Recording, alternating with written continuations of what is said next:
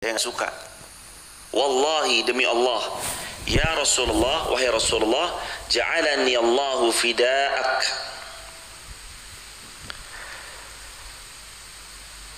Kalau sampai itu terjadi, maka perhitungan yang luar biasa terjadi pada dia. Yang ketiga, Nabi nanya lagi, afatuhibbuhu li ukhtik? Ibumu nggak mau, putrimu nggak mau. Yaudah sekarang, bagaimana kalau saudari perempuanmu dizinahi? La wallah, enggak, saya nggak mau ya Rasulullah. Qala walan nas yuhibbunahu li akhwatihim. Seperti itu jugalah kebanyakan manusia nggak mau itu terjadi pada saudarinya.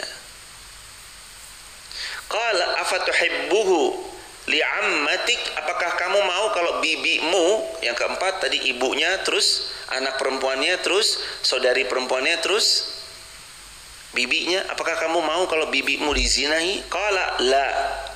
Kata pemuda itu, enggak ya Rasulullah, saya enggak mau ya Rasulullah. Qala la wallahi ja'alani Allahu fida'ak. Qala walan nasu yuhibbunahu li khalatihim. Qala fawada'a yadahu alaih. Kemudian Nabi SAW meletakkan yadahu alaih, tangannya di atas dadaku. Qala Allahumma gfir zanbah wa tahhir qalbah wa hassin farjah falam yakun ba'du dhalikal fata yaltafitu ila syai'. Setelah dadanya dielus sama Rasulullah SAW, seraya Rasul berdoa, ya Allah, ampunilah dosa-dosanya pemuda ini, bersihkanlah hatinya pemuda ini, jagalah kehormatan pemuda ini ya Allah dari berbuat zina, jangan sampai dia terjerumus pada zina. Lalu setelah kejadian itu, pemuda itu bercerita, aku tidak menoleh lagi kepada sesuatu pun yang mendekati zina dan sesuatu yang Allah haramkan. Ternyata ada teknik komunikasi yang lagi dibangun Nabi ketika Nabi mendapati seseorang minta izin untuk berzina. Izan li bizina ya Rasulullah. Wahai Nabi, izinkan aku untuk berzina. Bayangin hadirin, lagi begini kumpul-kumpul, tiba-tiba ada seorang pemuda, Rasulullah, saya izin untuk berzina ya. Coba bayangin. Pantas kalau sahabat Nabi tertuju pada dia semua, menghardik, memarahinya, diam kamu, diam kamu. Tapi Nabi punya style yang berbeda. Nabi punya teknik gaya komunikasi yang berbeda. Dan ini pantas sekali untuk dicatut. Cara Nabi berkomunikasi itu indah, elegan. Bagus banget kalau kita tiru. Mungkin anak kita nanti minta izin, Mama aku kan udah 17 tahun, aku izin pacaran ya. Bisa jadi loh, itu terjadi. Bisa jadi. Atau Mama aku kan udah sekian, aku izin begini, begitu ya. Ini teknik komunikasinya Nabi itu indahnya bukan main. Nabi gak langsung menjudge seketika haram. Padahal Nabi bisa gak bilang kayak gitu? Bisa. Bilang apa tadi? Zina. Bilang apa tadi? Bisa gak Nabi tiba-tiba seperti itu?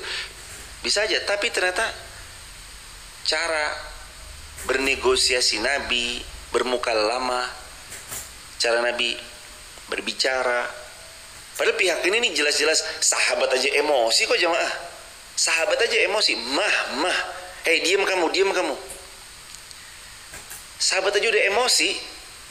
Fa'aqbalal qaum, dan satu kaum memalingkan wajahnya atau menghadapkan fa'aqbal, maka menghadapkanlah al-qaum, suatu kaum itu alaih, kepada wajahnya si laki-laki yang nanya tadi. Saking apa? Emosi. Kaget ada orang nanya begini ya. Begitu loh maksudnya. Diam kamu. Tapi Nabi punya teknik komunikasi yang beda. Nabi bilang, coba itu yang nanya sini, bawa sini. Ya Allah, ini kalau saya aja ada di situ hadirin, saya termasuk yang kali jemaah. Bukan iya, bukan kali. Iya pasti jemaah. Ini Nabi dengan tenangnya beliau bilang, udnuh fadana minhu. Panggil dia, bawa ke sini. Udnuh fadana minhu qariban. Coba deketin ke saya, coba deketin ke saya. Jadi Nabi gimana deketin sini. Luar biasa hadirin. Gak semua orang bisa mengendalikan emosi yang luar biasa pada saat kejadiannya. Emosi, terutama yang berbicara, terutama mungkin kita semua mungkin bisa meledak emosinya kalau begitu hadirin. Bisa meledak kita dengan emosi yang meledak-ledak. Terus kata Nabi SAW disuruh duduk di dekat Nabi. Coba sini duduk dulu. Gimana tadi? Iya ya Rasulullah, izinin saya berzina ya. Lalu Nabi nggak langsung menghardik. Oh nggak boleh. Tapi Nabi membuat analogi. Nabi ngajak beranalogi. Jadi dia nih yang izin berzina tuh nggak langsung dipaten. Oh nggak boleh, haram. Tapi diajak beranalogi. Kalau ibumu dizinai, kamu mau nggak? Ya nggak mau ya Rasulullah. Demi Allah saya nggak mau ya Rasulullah. Saya nggak suka. Ya udah. Yang kedua, kalau anak perempuanmu dizinai, kamu mau nggak? Ya nggak mau ya Rasulullah. Demi Allah saya nggak mau ya Rasulullah. Yang ketiga, kalau saudari perempuanmu dizinai, mau nggak? Demi Allah nggak mau ya Rasulullah. Masa anak perempuan saudari perempuan saya dizinai laki-laki? Saya nggak mau ya Rasulullah. Yang keempat, yaudah kalau gitu bibimu dizinai, mau nggak? Ya nggak mau ya Rasulullah demi Allah. Terus kata Nabi SAW, walan nasu yuhibbunahu. Dan manusia secara umum juga nggak mau itu terjadi pada ibunya, putrinya, saudari perempuannya, dan bibinya. Maka jangan begitu. Sambil Nabi ngelus dadanya. Ya Allah jamaah, dilus dadanya sama Nabi. Allahumma, lalu Nabi berdoa, ya Allah, ighfir dzanbah, ampuni dosa-dosanya, wa tahhir qalbah, bersihkan hatinya, wa hassin farjah, jaga kehormatannya ya Rabb. Falam yakun ba'du dzalik al-fata yaltafitu ila syai'. Dan sejak didoakan Nabi, pemuda itu tidak lagi condong kepada perbuatan yang Allah haramkan. Ini teknik. Ternyata kalaupun jelas-jelas kita tahu yang diucapkan sahabat ini keliru, orang ini keliru, kita punya opsi. Satu, untuk langsung memblame, menghardik, atau kita mau teknik kayak Nabi nih. Sebentar mas, kayaknya lungguh sih mas.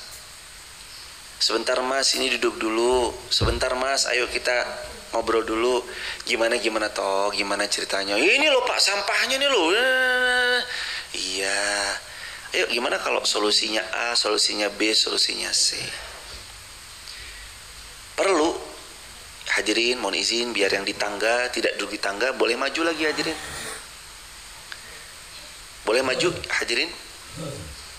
Iya. Boleh maju jemaah biar yang di belakang bisa masuk. Maju lagi. Nggak apa-apa jemaah, maju sampai sini nggak apa-apa hadirin. Biar nyaman. Allah berfirman, siapa yang meluaskan majelis ilmu, Allah luaskan hidupnya dunia akhirat. Ya kan gitu kan? Wa idza qila syuzu fashuzu. Kalau disebutkan untuk mari lapangkan, ya lapangkan. Wa idza qila lakum tafassahu fil majalis fafsahu yafsahillahu lakum. Kalau disebut tafassahu itu artinya geser. Tafassah qalilan, geser sedikit dong. Tapi kalau tafassahu fil majalis, ayo geser majelisnya biar tambah luas, yang di belakang biar bisa masuk gitu. Fafsahu, maka lapangkan, maka luaskan. Yafsahillahu lakum. Kalau kita meluaskan majelis ilmu, Allah nanti luaskan hidup kita dunia dan akhirat. Insyaallah hadirin. Kayaknya masih banyak jamaah yang di tangga-tangga, boleh maju lagi jamaah. Di sini hadirin boleh hadirin. Apa jamaah? Hadirin yang di tengah juga maju hadirin, biar yang di tangga-tangga nanti bisa duduk. Mari maju hadirin. Kita kembali dulu ya jamaah pada topik bahasannya. Tadi bahasannya sampai di teknik komunikasi. Ya memang kita mah Mudah-mudahan Allah karuniai komunikasi yang baik. Tahu nggak jemaah, salah satu doa supaya Allah mudahkan lisan ini berkomunikasi dengan baik. Dan kalau jemaah perhatikan, doa ini hampir setiap subuh tidak pernah kita tinggalkan. Doanya apa ya? Rabbishrahli sadri. Ya Allah, lapangkan sadri dadaku. Yang kedua, wayassirli amri. Permudah semua urusan-urusanku. Terus yang ketiga, wahlul uqdatan min lisani yafqahu qauli. Mudahkan lisanku ini bicara tanpa ada belibet, ada kekeluhan dalam bicaranya, yafqahu qauli, supaya pembicaraan ini mudah difahami. Makanya nanti hadirin, kita mungkin akan temui itu kisah-kisah yang kayak Nabi temui pemuda yang izin berzina. Idzan li bizina ya Rasulullah. Tapi kita punya keputusan, kita mau emosi yang nanti ujung-ujungnya kita menyesal, atau kita mau memilih coba-coba sini dulu, ngobrol dengan kepala dingin. Atau ibu bisa punya opsi, mah aku kan udah dewasa, gimana kalau aku begini dan begitu. Nah, mama tuh nggak ngelarang kamu jatuh cinta, mama yo nggak ngelarang kamu suka sama perempuan, atau sebaliknya kalau anak kita perempuan suka sama laki-laki. Tapi yang mama mau, silahkan nanti kamu jalan berduaan, silahkan nanti kamu ini dan itu. Tapi yang mama mau, kamu melakukannya sesudah akad nikah. Coba kasih tahu mama mana calonnya. Coba mama cari tahu lewat intelijennya mama. Mama cari tahu lewat mata-matanya mama. Kirim orang, utus orang, mas, ini namanya ini, fotonya ini, tinggalnya di perumahan komplek Masjid Muhammad Al-Fatih, cari pemuda ini. Bener atau enggak? Dicari. Mata-matanya memang suruh jemaah. Oh bener bu, ini orangnya. Gimana rekodnya? Kalau kata tetangganya begini, kalau kata muridnya begitu, kalau kata warganya sekitar begini dan begitu, kalau kata rewangnya begini dan begitu. Beliau punya staffnya ada duanya kata staffnya begini dan begitu. Oh baik semua ya, alhamdulillah bu, baik, lanjut. Maka sebenarnya dalam Islam boleh jamaah mencari tahu informasi lebih dalam tentang orang yang mau menikah dengan pasangan, orang yang mau menikah dengan anak kita, orang yang mau menjadi suaminya anak kita atau istrinya anak kita. Boleh. Jangan ujuk-ujuk, mak mau nikah, wah nikah, kuliah aja belum selesai udah nikah, kuliah dulu yang benar. Jangan hadirin, doain hadirin. Saya dulu minta nikah, lulus SMA langsung minta nikah saya. Akhirnya saya nikah semester 5, kuliah semester 5 saya nikah. Sebenarnya harusnya kuliah semester 2 udah nikah, cuman waktu itu ketika melamar orang tua saya mengizinkan semester 2. Minta nikahnya lulus SMA, diizinkannya sekitar kelas semester 2, lalu terus kemudian saya datang melamar ke Garung, tapi dari pihak keluarganya nunggu sampai wisuda. Tapi alhamdulillah dengan kebaikan Allah Subhanahu wa taala dimajukan semester 5, enggak usah nunggu ketika wisuda semester 8, semester 5 nikah. Tapi yang kami mau sampaikan adalah jangan patahkan semangat anaknya ibunda yang udah mau niat ibadah. Mak aku mau nikah ya, wow, cili owe nikah pian. Jangan, doain aja. Ya nak, besok kamu nikah ya sama yang salih. Kalau anak kitanya yang laki-laki sama yang salihah. Coba udah ada calonnya belum? Kalau emang udah ada calonnya, segerakan. Jangan sampai anak kita nanti mendekati zina. Apa hal-hal yang mendekati zina? Nih jamaah, poin yang pertama, hal-hal yang mendekati zina adalah berkhalwat, berdua-duaan. Koncengan kesana kemari, naik mobil kesana kemari berdua-duaan, itu mendekati zina. Yang kedua, berbicara dengan nada mesra. Assalamualaikum. Dibuat-buat, nadanya di mendayu-dayu, jangan. Assalamualaikum. Iya ada apa? Ini tugas kampus. Oh tugas kampus. Iya baik, ini udah selesai ya? Udah selesai. Jangan, oh tugas kampus. Jangan didayu-dayuin, biasa aja mah. Itu termasuk hal yang mendekati zina. Yang ketiga, memandang dengan pandangan yang berpotensi jatuh syahwat. Yang keempat, membaca atau menonton konten-konten yang bisa menjerumuskan kepada akses yang dekat dengan menimbulkan hal-hal yang tidak baik. Yang kelima, bercanda sampai interaksi, mohon maaf ya jemaah, kadang kan ada yang begitu ya.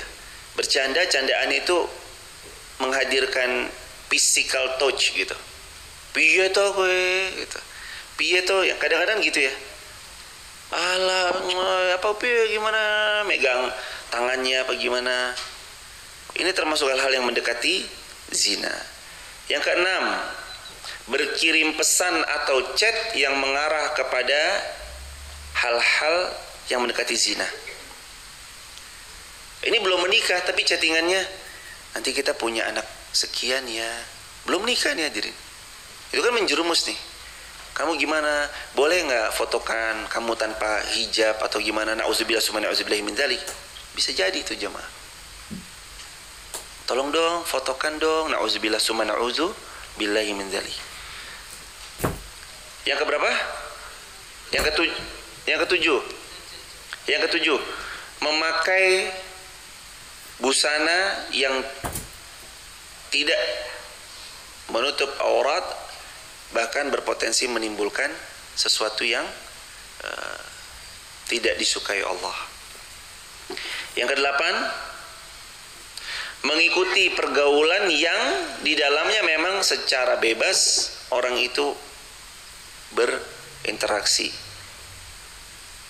Yang terakhir, yang kesembilan, menyentuh lawan jenis yang bukan mahram, seperti melakukan sentuhan fisik, berpelukan atau tindakan-tindakan lainnya yang jelas itu dilarang dalam syariat. Karena awalnya mungkin cuma pegangan tangan, cuma pegangan tangan aja. Lama-lama pegangan tangan, rangkul-rangkulan, habis itu ini, habis itu terus sampai na'udzubillahi min dzalik. Ingat ya jemaah, kesalahan besar itu biasanya karena kesalahan kecil yang dibiasakan, gak ditegur, didiamin aja. Bisa kayak gitu. Anak kita yang batuk gak sembuh-sembuh, itu biasanya karena pertama dia minum es, lalu kita biarin. Es krimnya ya biarin. Oke, mungkin gak batuk. Lalu besoknya es krim lagi, biarin lagi, biarin, akhirnya batuk. Barulah setelah itu dia rasakan, aduh sakit mah, nggak bisa tidur apa segala. Jadi itu awal kesalahan besar, itu kesalahan kecil, didiamin. Lama-lama kan jadi besar. Makanya jamaah kalau melihat satu kekeliruan, bisa amar ma'ruf nahi mungkar, segera. Ada kesalahan, kok ini udah mulai ada ya, langsung dilihat tuh. Maaf yang sebelah sini udah mulai ada nih, tolong ini ya, kondisikan, langsung dikondisikan. Minimalisir, zero mistake. Perkecil potensi kesalahan.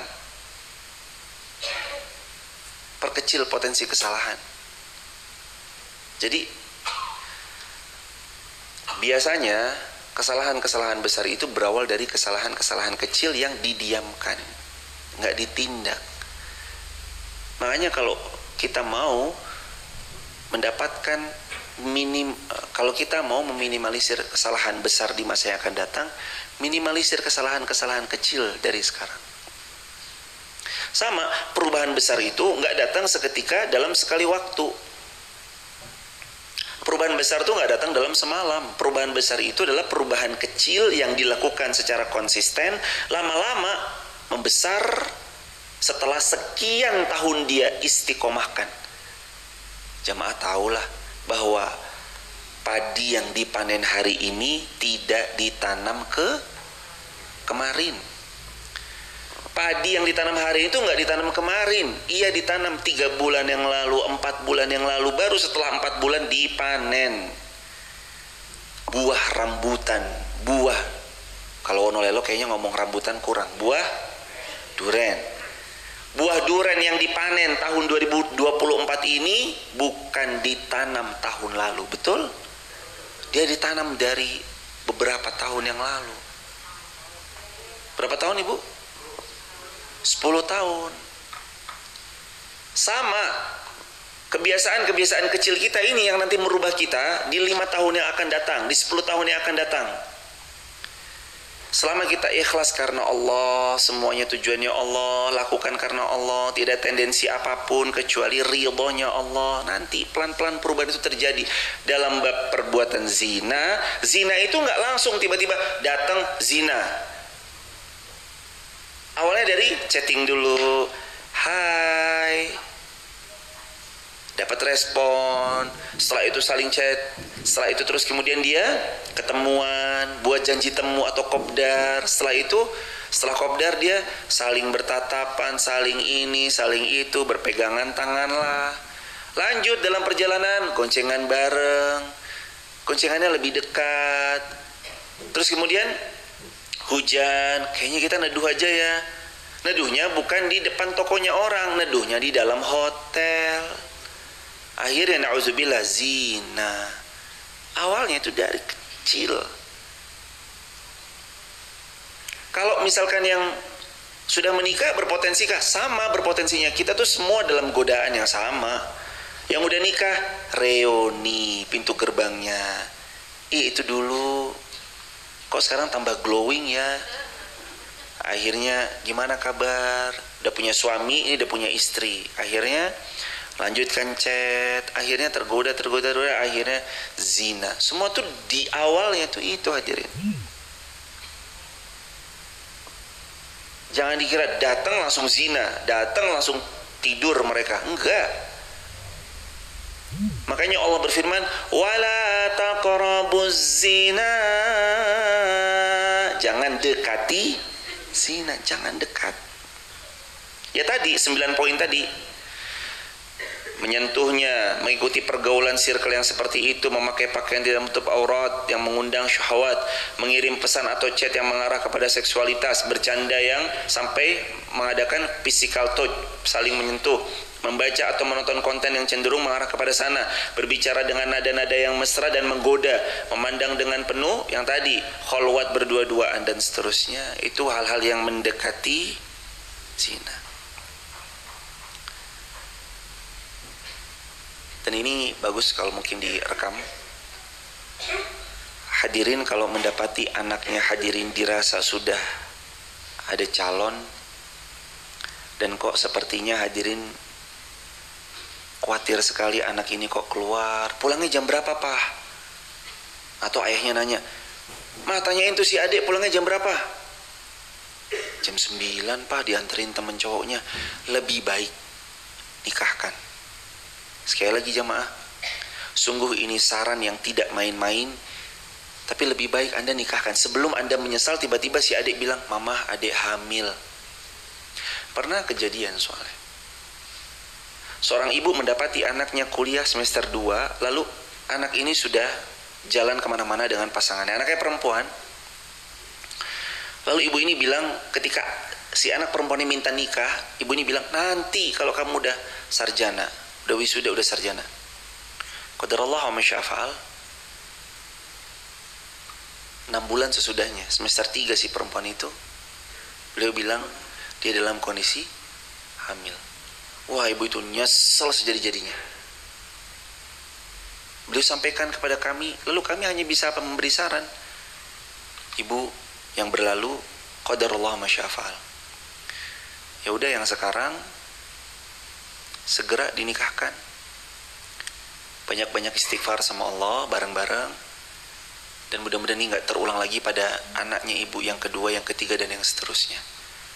Lebih baik hadirin nambah 1 porsi makanan di meja makan kita untuk anak mantu daripada dia zina. Tapi Ustaz dia belum kerja, gak apa-apa hadirin. Kalau hadirin punya kelapangan rezeki, support. Nah, kamu belum kerja, tapi daripada zina, udah kamu nikah, mama bapak support kamu nak. Mama bapak support kamu, nggak apa-apa. Bulanan mama bapak yang ikut bantu kamu, bismillah. Per bulannya berapa? 500 juta, sekian, nggak apa-apa daripada dia zina. Apalagi udah malam-malam keluyuran kesana kemari nggak jelas. Udah nikahin jemaah, nikahin. Jangan fasilitasin. Kadang-kadang sebagai orang tua, mama aku mau ngapel mah, iya tuh pakai mobilnya mama aja, udah mama isiin full tank lah. Malah diisiin full tank, malah difasilitasin. Kata Nabi SAW, man sana fil Islam sunnatan sayyi'ah kana lahu wizr wa wizru man amila biha min ghairi ayyan qusa min auzarihim syai'. Kalau kamu fasilitasin perbuatan buruk, kamu dapat dosa, dia dapat dosa. Tapi dosa dia karena kita yang fasilitatornya, dosa dia ditransfer ke kita karena sebab kita fasilitatornya beliau. Maka cari amannya, udah nikahin aja jemaah. Aman udah. Jemaah nggak kepikiran, nggak perlu nanya-nanya lagi. Mas, si adik pulang jam berapa? Udah, si adik sudah punya suami. Alhamdulillah silahkan. Mau keluar malam berduaan, mau goncengan berduaan, mau ini, mau itu, mau nginep di mana berduaan, udah sah. Makanya sebenarnya pacaran itu boleh, tapi setelah nikah. Silahkan pacaran, bukan sebelumnya. Dan hadirin mohon maaf ya jemaah, nggak ada lah kalau laki-laki normal, nggak ada lah. Tenang, anak putrinya om dan tante nggak bakal saya apa-apain, percaya jemaah. Kalau laki-laki normal nggak mungkin jemaah. Kalau laki-laki normal berdua-duaan di tempat yang sepi, di sebuah bilik ruangan, pintu dikunci, gorden ditutup, ngapain hadirin? Anda percaya nggak ngapa-ngapain kok, cuma main catur doang berdua? Percaya Anda hadirin? Gimana ceritanya? Makanya Allah berfirman sekali lagi, wala taqrabuz zina, tutup pintu zina. Dan salah satu cara menutupnya menikah. Atau yang kedua, puasa. Kata Nabi SAW, ya ma'syaras syabab. Ini anak-anak muda semua di sini. Ada anak-anak muda luar biasa hebat-hebat di sini. Mas, mbak, semoga dimudahkan sama Allah Subhanahu Wa Taala. Ya ma'syaras syabab. Kata Nabi SAW, wahai anak-anak muda, man istata'a minkumul ba'a falyatazawwaj. Siapa yang mampu ba'ah itu mampu untuk menikah, mampu biologis, falyatazawwaj, nikah. Fa innahu aghaddu lil basar, karena pernikahan itu menundukkan pandanganmu, wa ahsanu lil farj, lebih menjaga kemaluanmu. Faman lam yastati', barang siapa yang belum mampu menikah, fa alaihi bis-shaum, maka hendaknya dia perbanyak puasa. Fa inna lahu wija, atau fa innahu lahu wija, karena puasa itu menjadi wija, perisai. Jadi pesan Nabi kepada anak muda, wahai anak-anak muda, apa pesan Nabi? Wahai anak-anak muda, siapa yang mampu menikah, menikahlah. Karena menikah itu menjaga pandangan dan menjaga kehormatan. Faman lam yastati', tapi siapa yang belum mampu, fa alaihi bis-shaum, maka hendaknya dia perbanyak puasa, karena puasa itu menjadi perisai yang menjaga dirinya. Jadi pilihannya cuma dua, antara menikah atau berpuasa, nggak ada pilihan yang ketiga. Tapi masanya masa penjajakan Ustadz, masa penjajakan itu bukan dilakukan sebelum menikah, sesudah nikah. Loh, kita tahu dari mana? Seperti beli kucing dalam karung dong. Dalam syariat Islam tidak beli kucing dalam karung, makanya boleh mencari informasi. Gimana caranya? Kirim orang. Om, jenengan di Malang ya om? Nggih mbak, gimana toh mbak pripun? Ini si adik mau nikah, katanya laki-lakinya tuh ini om, namanya ini, komplek rumahnya di sini, mahasiswa di fakultas ini, di universitas ini fotonya, ini sosial medianya, coba om dilacak. Nggak apa-apa. Lu hadirin, jamaah mau beli barang aja, jamaah harus tahu barang ini berguna nggak buat saya, berfungsi nggak buat saya. Jangan-jangan setelah dibeli cuma nggak dipakai, mangkrak. Jamaah mau beli barang aja harus tahu kegunaannya apa, manfaatnya apa, keutamaannya apa, ditaruh di mana, rumah saya cukup atau enggak, daya listriknya kuat atau enggak. Sama itu buat beli barang elektronik misalkan. Ini gimana dengan pasangan, jamaah harus tahu.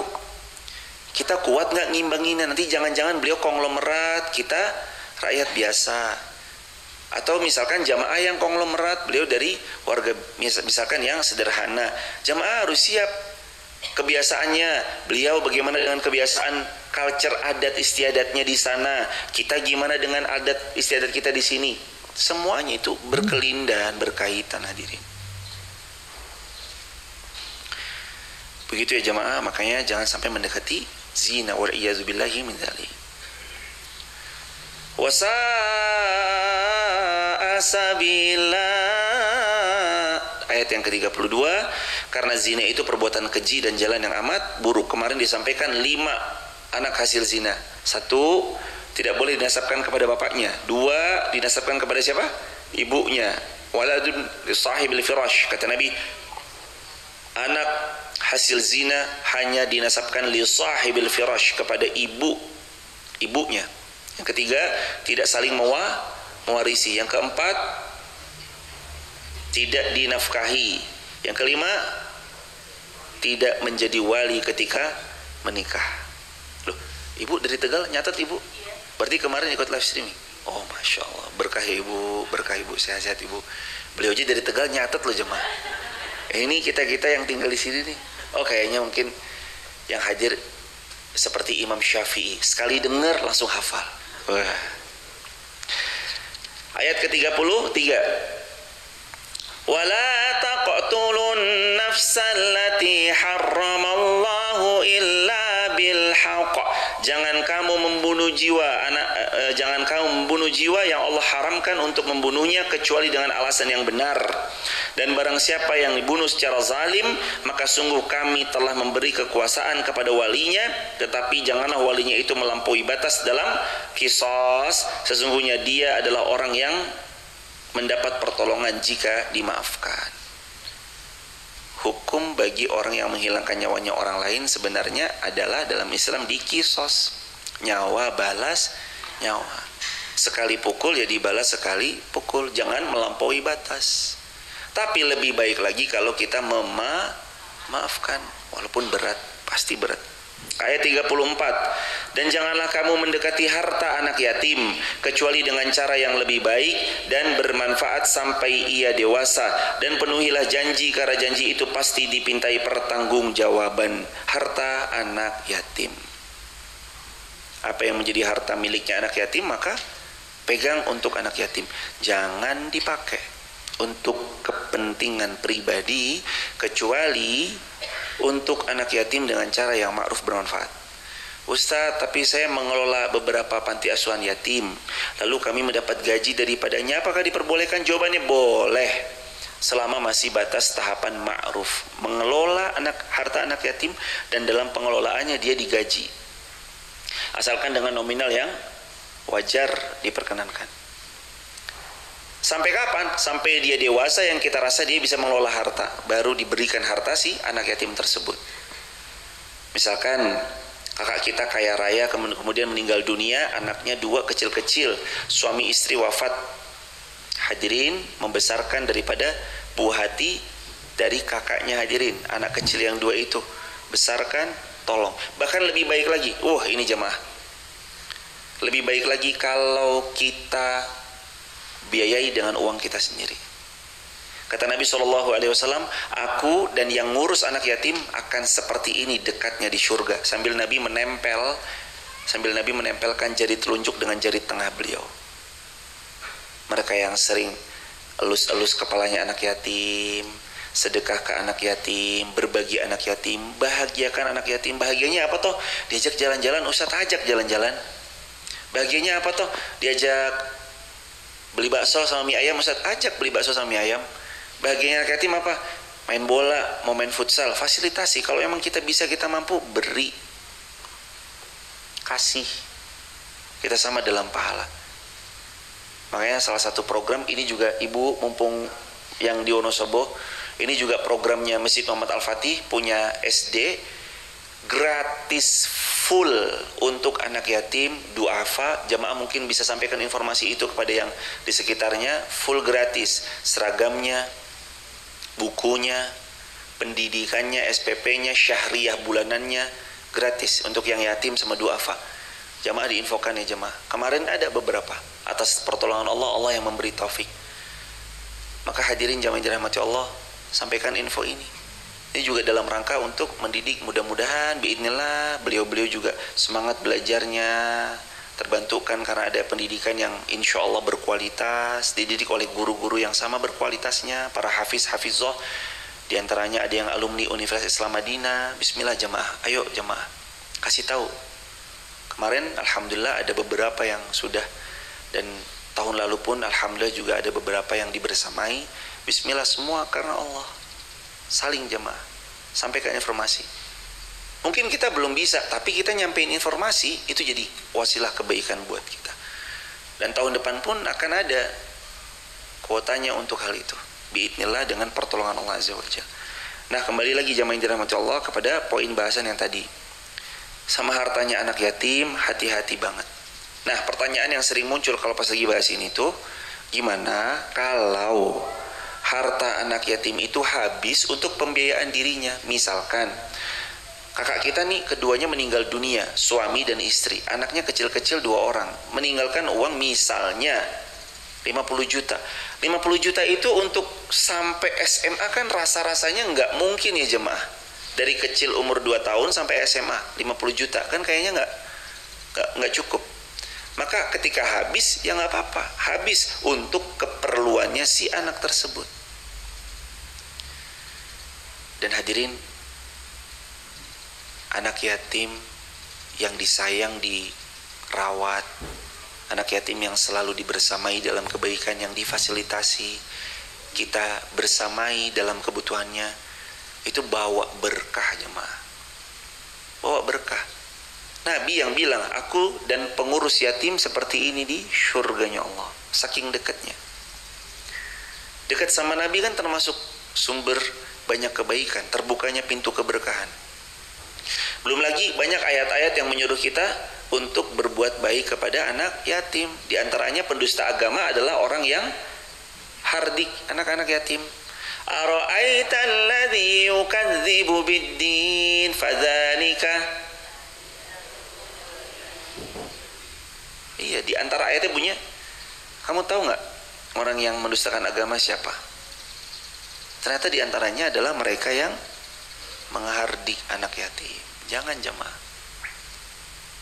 Yang baik, elus kepalanya, fasilitasi kalau kita bisa fasilitasi, senangkan, gembirakan,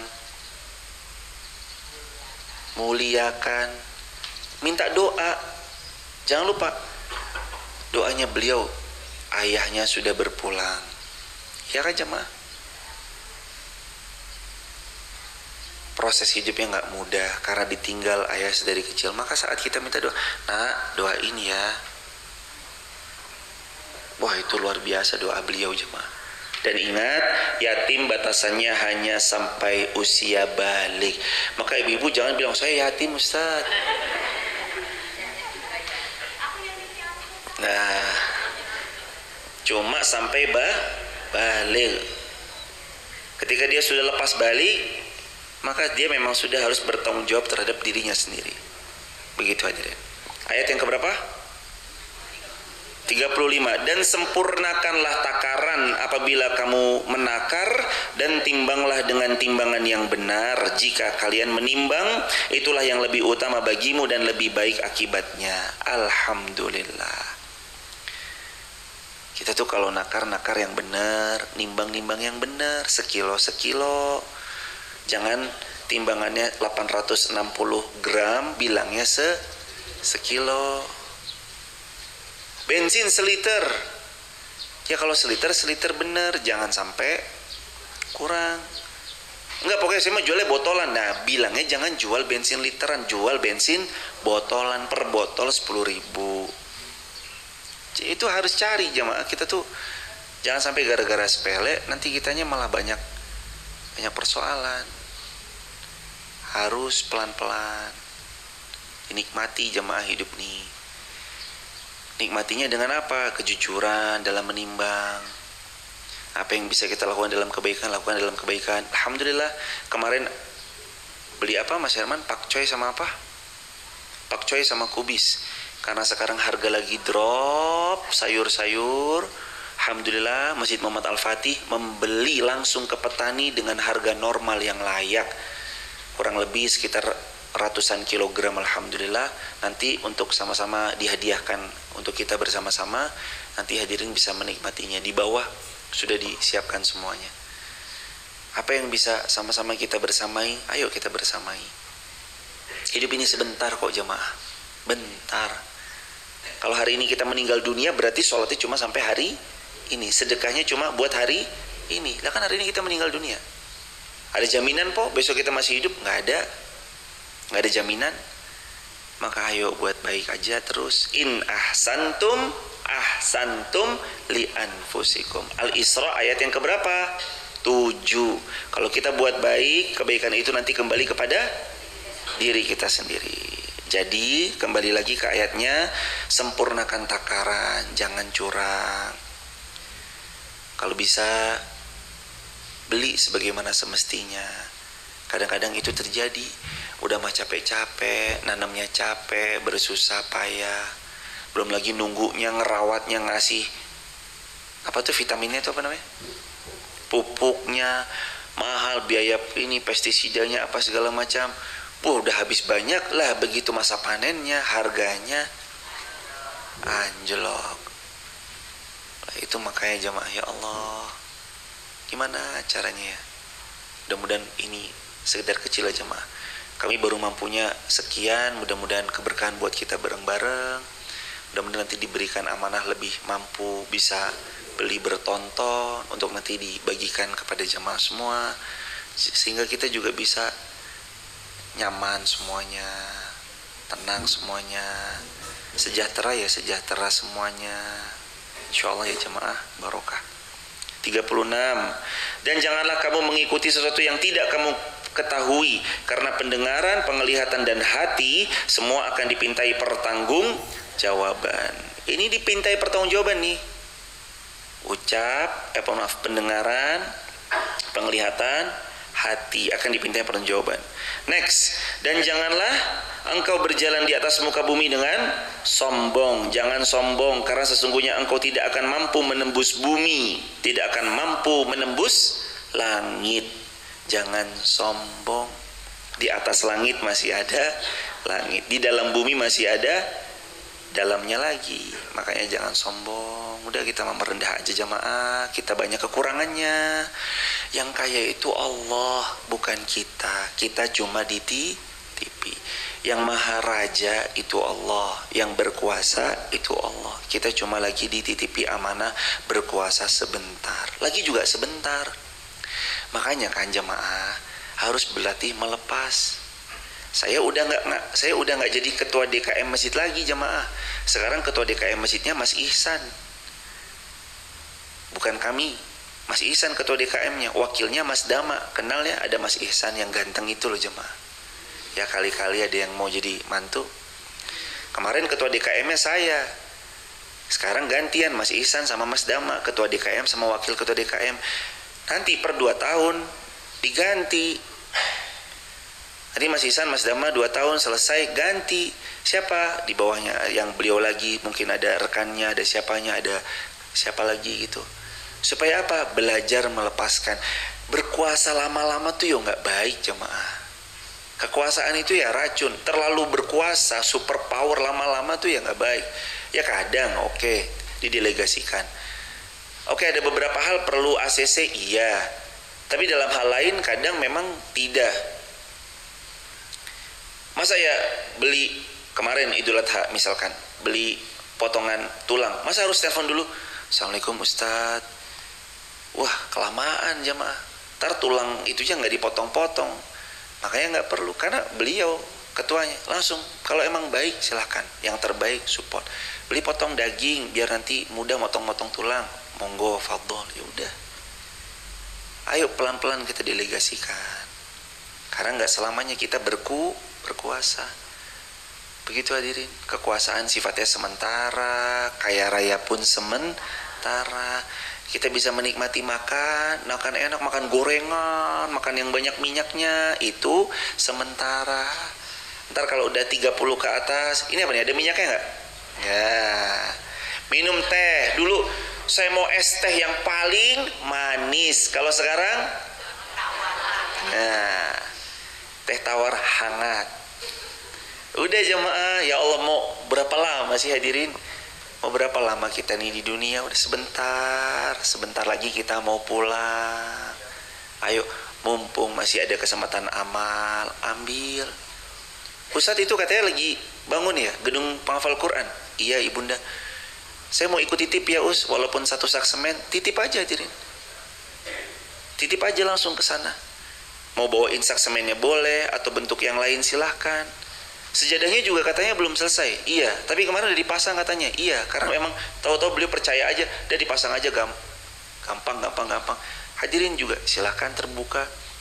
Atau mungkin di tempat lain, nggak harus di sini, di tempat lain. Di Seribit ada program apa, nanti di Kedeling ada program apa, di sana juga ada masjid yang lagi dibangun. Jamaah mau bersamai. Masjid Maf juga mau bersamai. Boleh ditanya. Beberapa kemarin Mas Denny mengirimkan, ada beberapa truk pasir dan segala macamnya dikirim. Atas pertolongan Allah sekali lagi. Nggak apa-apa, kita saling jamaah, saling. Pokoknya di mana ada potensi amal salih, sapu bersih, ambil. Jangan sampai kita nggak kena amal salih, nanti kitanya nyesel sendiri. Ustadz mau ikut bangun Masjid Muhammad Al-Fatih, sudah selesai. Masjid Muhammad Al-Fatih kan sudah selesai dari 24 Mei 2024 kemarin. Sekarang kita ke gedung sebelahnya. Nah, kalau udah selesai kan kita yang nyesel. Ya eman ya, dulu aturan ikut, kan dipakai tiap hari, dipakai ngaji, dipakai taklim, belum lagi sore ada kajian, waktu duha Kamis kemarin ada kajian. Nanti kalau kita nggak ikut amal salih, kitanya yang rugi. Mumpung hari Jumat jemaah, ikut. Saya ikut. Teman-teman di sini anak-anak muda boleh ditanya satu-satu, mereka ikut. Per hari 2.000 rupiah tuh mereka ikut. Yang berkhidmat memang sudah ikut per hari, sedekah subuh mereka minimal 2.000 rupiah. Mereka ikut. Nggak ada di sini yang cuma datang, duduk, jogrok. Nggak ada. Semuanya ikut. Ada potensi kebaikan. Walaupun 1.000, 2.000 rupiah. Tapi rata-rata beliau minimal 2.000 rupiah per subuh. Ikut semuanya jemaah. Ikut. Kenapa? Karena sebenarnya ini bukan siapa-siapa yang dapat. Bukan keuntungan buat si fulan atau fulana, bukan buat siapapun. Tapi ingat, in ahsantum li anfusikum. Kebaikan yang dilakukan, harta yang diinfakkan, itu semua kembali kepada siapa? Diri kita sendiri. Bukan buat siapapun, buat diri kita sendiri. Terima kasih jemaah. Semoga Allah Subhanahu wa taala memuliakan kita semua, dan Allah Subhanahu wa taala menjadikan kita hamba yang lebih baik, istiqomah sampai husnul khatimah. Teruslah berbuat baik, karena ayat 38, setiap perbuatan jahat sangat dibenci oleh Allah. Barakallahu fikum. Terima kasih hadirin sudah hadir dari Tegal, rombongan Tegal, rombongan Wonosobo, Wonolelo juga terima kasih jamaah. Rombongan Solo. Ada dari Solo Ibu? Oh, dari Solo juga ada. Dari mana lagi hadirin? Solo, Tegal, Brebes, Karesidenan Wonosobo, residen Wonosobo. Mudah-mudahan hadirin setiap putaran roda menggugurkan dosa-dosa, putaran rodanya meninggikan derajat kita di sisi Allah Ta'ala, dan semoga kita semua yang hadir offline maupun online dimuliakan Allah Azza wa Jalla. Amin ya Rabbal Alamin. Kalau ada di antara hadirin yang mau membersamai segala program kebaikannya Masjid Muhammad Al-Fatih, bisa langsung ke Bank Muamalat. Nomor banknya 5090180444. Kami ulangi, 5090180444 atas nama Masjid Muhammad Al-Fatih. Konfirmasi bisa langsung DM ke IG-nya Masjid Muhammad Al-Fatih, nanti dibalas oleh tim yang ada di sana. Dan terakhir informasi kajian Kamis depan. Jadi kita punya kajian rutin, alhamdulillah kemarin Allah beri pertolongannya semarak sekali. Kamis duha rutin jam 8 sampai jam 9. Ini untuk ibu-ibu yang belum tahu, warga sekitar Wonolelo yang belum tahu, kajian rutin jam 8 pagi sampai 9 pagi setiap Kamis pagi. Bersama kami, nanti ada Ustadz Jihad, ada Ustadz Faisal dan yang lain-lain. Insya Allah biidznillah. Kemarin sama kami Lalu besok Kamis depan sama Ustadz Jihad insyaallah kami izin safar sebentar. Begitu hadirin. Mudah-mudahan jamaah juga yang belum haji belum umrah Allah mudahkan berangkat haji, Allah mudahkan berangkat umrah. Yang sudah pernah Allah mudahkan haji lagi, berumrah lagi, rutin setiap tahun insyaallah. Kita akhiri dengan hamdalah, alhamdulillahirabbil alamin. Doa Al-Baqarah 201. Rabbana atina fid dunya hasanah wa fil akhirati hasanah wa qina adzabannar walhamdulillahirabbil alamin. Subhanakallahumma wa bihamdika asyhadu an la ilaha illa anta nastaghfiruka wa natubu ilaik. Wassalamualaikum warahmatullahi wabarakatuh.